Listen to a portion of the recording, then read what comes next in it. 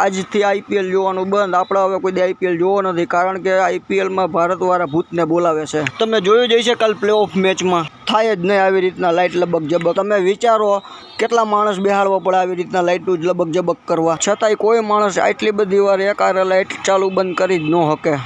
લાઇટું તો ઠીક, પણ મેદાનમાં જે ઓલી દિવાલો હતી એનાય કલર ફરી જતા તમે જોયું જ હશે. ખાલી દિવાલોના કલર નહીં ભાઈ, દરેક સેકન્ડે દિવાલ ઉપર લખાણ ફરતું હતું. આવું કેવી રીતના થાય? આવી રીતમાં દિવાલમાં 1 મિનિટમાં કોઈ લખી જ ન શકે. અને સૌથી ઇમ્પોર્ટન્ટ એ તબલાના તાલે ફટાકિયા ફૂટતા હતા. જોયું હતું ને તમે? આવી રીતના ફટાકિયા ફૂટે જ નહીં. મેં તો કોઈ દી નથી જોયું. તમે જ કયો વાઈટું હરગાવ્યા વગર ફટાકીઓ કેવી રીતના ફૂટે? અશક્ય છે, અશક્ય. આ કોઈ કરી જ ન શકે ભૂત સિવાય. કોઈના બાપની તાકાત નથી. તમે જોયું ને ફટાકિયા ફૂટતા હતા, આમાં ધુવાળો નહોતો નીકળતો.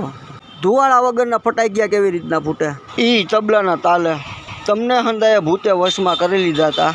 ભૂત જે ધારે ને એ તમને દેખાતું હતું.